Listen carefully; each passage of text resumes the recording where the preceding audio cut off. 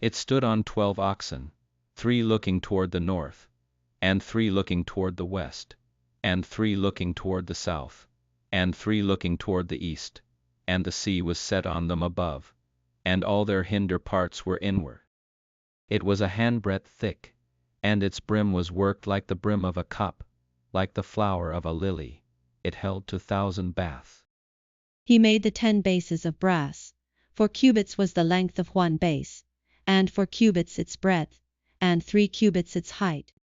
The work of the bases was like this: they had panels, and there were panels between the ledges.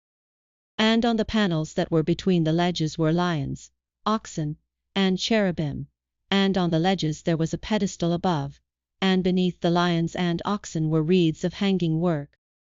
Every base had 4 bronze wheels, and axles of brass, and the 4 feet of it had supports. Beneath the basin were the supports molten, with reeds at the side of each. The mouth of it within the capital and above was a cubit, and its mouth was round after the work of a pedestal, a cubit and a half, and also on its mouth were engravings, and their panels were 4 square, not round. The 4 wheels were underneath the panels, and the axles of the wheels were in the base, and the height of a wheel was a cubit and half a cubit. The work of the wheels was like the work of a chariot wheel. Their axles, and their rims, and their spokes, and their naves were all molten. There were 4 supports at the 4 corners of each base. Its supports were of the base itself.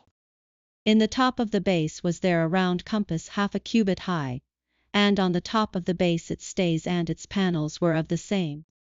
On the plates of its stays, and on its panels, he engraved cherubim, lions, and palm trees, according to the space of each, with reeds all around. In this way, he made the 10 bases. All of them had 1 casting, 1 measure, and 1 form. He made 10 basins of brass.